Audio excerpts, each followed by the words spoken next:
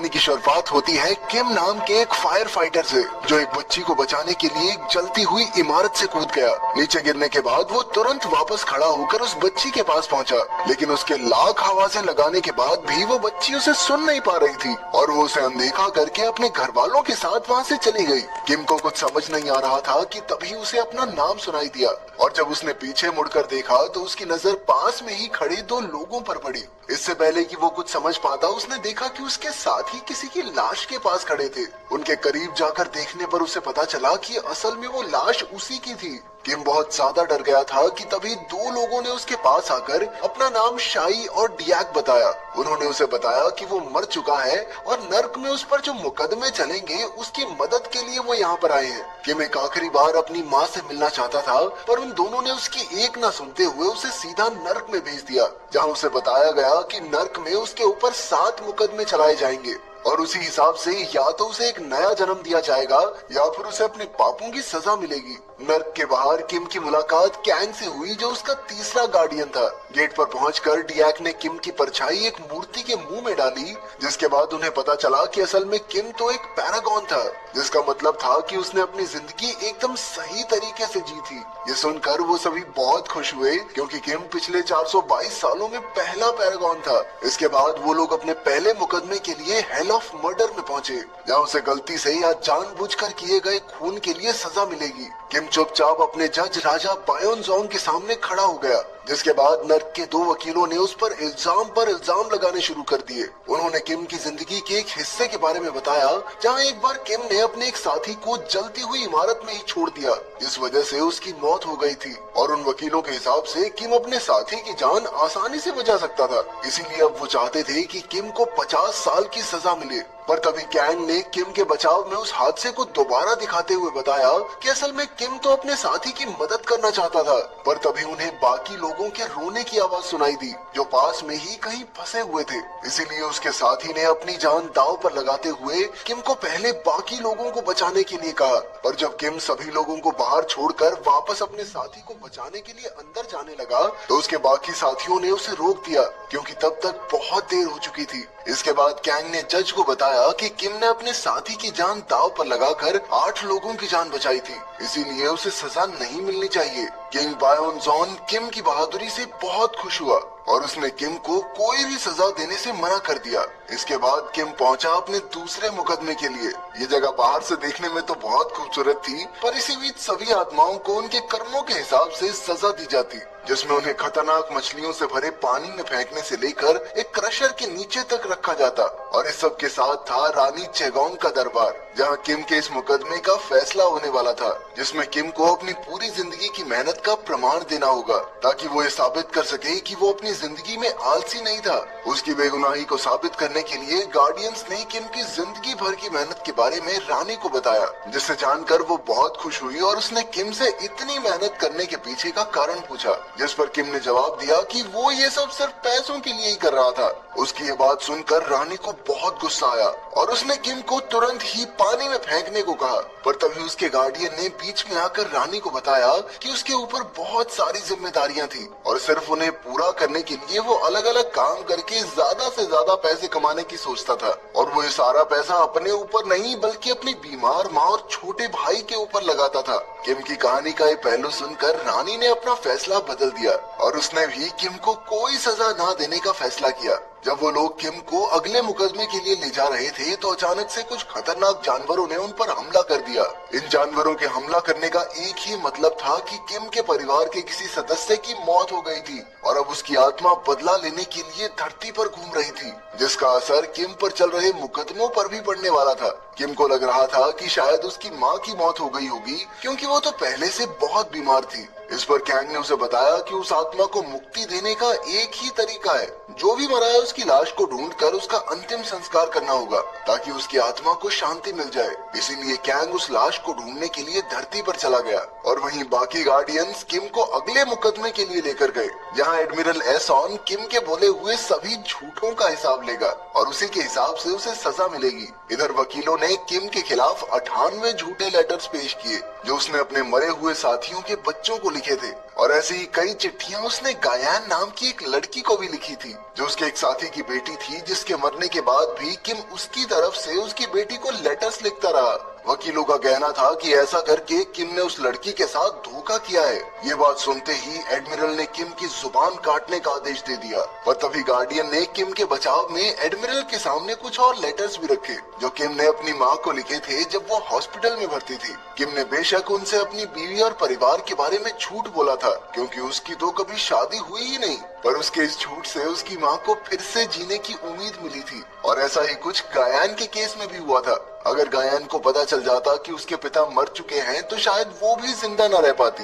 ये सब देखने के बाद एडमिरल ने किम को बिना कोई सजा दिए वहाँ से जाने का आदेश दिया। उधर धरती पर कैंग की मुलाकात किम की माँ से हुई, जो कुछ बोल नहीं सकती थी, और वो किम को श्रद्धांजलि देने के बहाने से उसके घर में घुस गया, जहाँ उसने किम के भाई सो होंग की आत्मा को ढूंढ निकाला, जो किम की फोटो के सामने जल रही अगरबत्तियों में छिपी हुई थी। पर जब कैंग ने उससे उसकी लाश के बारे में पूछा तो आत्मा तुरंत ही वहाँ से भाग गई, जिसके बाद कैंग ने उसे पकड़ने की कोशिश तो की, पर वो नाकामयाब रहा। इसके बाद कैंग ने नर्क में किम से बात की और उसे बताया कि उसकी माँ और भाई दोनों बिल्कुल ठीक थे। ये सुनते ही किम बहुत ज्यादा खुश हो गया और उसके वहाँ से जाने के बाद कैंग ने बाकी गार्डियंस को सच बता दिया। असल में वो किम का ध्यान मुकदमे से भटकाना नहीं चाहता था। उधर अपने अगले मुकदमे की तरफ जाते हुए किम ने डायक को बताया कि वो अपनी माँ को एक कुकर तोहफे में देना चाहता था, और उसने कुकर के अंदर एक चिट्ठी भी रखी हुई थी जिसमें उसने सब कुछ सच सच लिखा हुआ था। उसने अपनी मौत से पहले ही इसकी सारी तैयारी कर ली थी। उधर धरती पर कैंग सो होंग के आर्मी स्टेशन पर पहुंचा, जहां उसे पता चला कि सो होंग को भगोड़ा घोषित कर दिया गया था और आर्मी वाले फिलहाल उसकी तलाश कर रहे थे। असल में सो होंग की नौकरी कुछ ही दिनों में खत्म होने वाली थी, इसीलिए कैंग को इस बात पर बिल्कुल भरोसा नहीं हुआ।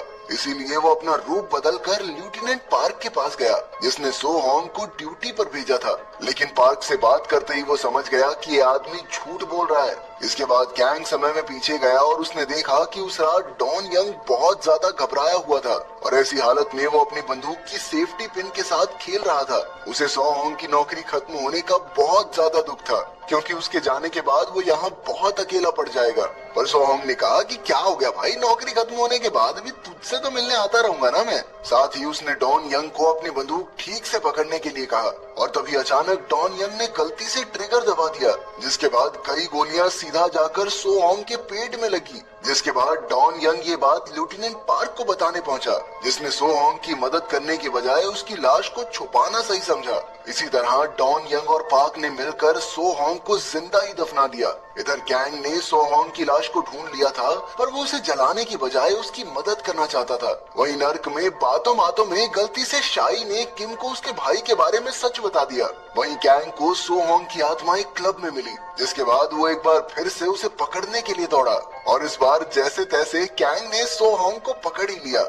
दरअसल कैंग चाहता था कि सो होंग अपने भाई की मदद करे, पर सो होंग को किम से कोई खास प्यार नहीं था, क्योंकि उसने पिछले 15 सालों से अपने भाई को देखा तक नहीं था। दूसरी तरफ डॉन यंग ने सो होंग के घर के बाहर से एक मैप अंदर फेंका, जो उसकी गूंगी माँ को मिला। असल में उस मैप के अंदर सो होंग की लाश का पता था। सो होंग की आत्मा भी ये सब देख रही थी। दरअसल डॉन यंग को बहुत ज्यादा पछतावा हो रहा था कि उसने गलती से अपने दोस्त को मार डाला। उसी वक्त कैंग और सो होंग भी वहाँ पहुँच गए। अपने दोस्त को इस हालत में देखकर सो होंग ने कैंग से उसे बचाने को कहा। कैंग इस काम के लिए तैयार तो हो गया, पर उसने सो होंग को पहले ही बता दिया कि भाई ये चीज हमें बाद में दिक्कत जरूर देगी। इसके बाद कैंग ने सो होंग की आवाज में एक गाना गाया, जो डॉन यंग का सबसे पसंदीदा गाना था। कैंग की मदद से सो होंग ने उसे बताया कि उसने अपने दोस्त को माफ कर दिया है, इसीलिए उसे कोई भी गलत कदम नहीं उठाना है। उधर किम को एक और मुकदमे से बिना किसी परेशानी के जाने दिया गया। इसके बाद वो पहुंचा हेल ऑफ वायलेंस में, जहां उसके ऊपर अपने छोटे भाई को बिना वजह पीटकर घर से भगाने का आरोप लगाया गया, जिसके लिए उसके भाई ने उसे कभी माफ नहीं किया था। इसीलिए गार्डियंस भी उसके बचाव में कुछ नहीं बोल सकते थे।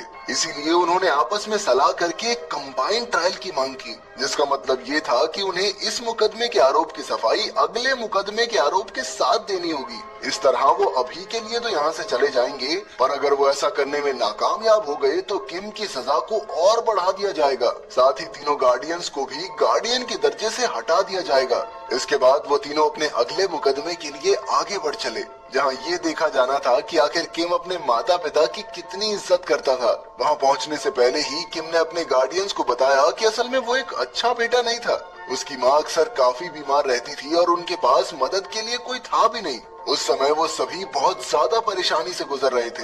इसीलिए एक दिन परेशान होकर किम ने अपनी माँ को मारने की कोशिश की, लेकिन ऐन वक्त पर सो होंग ने उसे रोक दिया, जिसके बाद वो उसे पीट कर अपने घर से भाग गया। और अगर वो अपनी माँ को मारने में कामयाब हो जाता तो अगले दिन वो खाने में नींद की गोलियां मिलाने वाला था, जिससे शायद वो और उसका भाई भी मारे जाते। उधर कैंग ने सो होंग की आत्मा को एक बार फिर से उसके शरीर में डाल दिया, पर तभी सो होंग की नजर अपनी माँ पर पड़ी, जो गले में एक बोर्ड लटका कर अपने बेटे को ढूंढ रही थी। पर जैसे ही लेफ्टिनेंट पार्क की नजर उन पर पड़ी तो वो तुरंत ही उन्हें वहाँ से भगाने में लग गया। इसके बाद सो होंग की माँ ने पार्क को एक मैप दिखाया, जिसे देखकर वो बहुत गुस्सा हो गया और उसने उस बूढ़ी औरत को धक्का देकर नीचे गिरा दिया। ये देखकर सो होंग को इतना गुस्सा आया कि उसने तुरंत ही अपनी आत्मा का रूप लेकर पार्क पर हमला कर दिया। उसके इस बर्ताव का असर नर्क में उसके भाई पर भी पड़ा और कुछ अजीब से राक्षसों ने किम पर हमला कर दिया। उधर कैंग सो होंग को रोकने की कोशिश में लगा था, पर जब वो अकेला ये काम नहीं कर पाया तो उसने शाई को भी अपनी मदद के लिए बुलाया।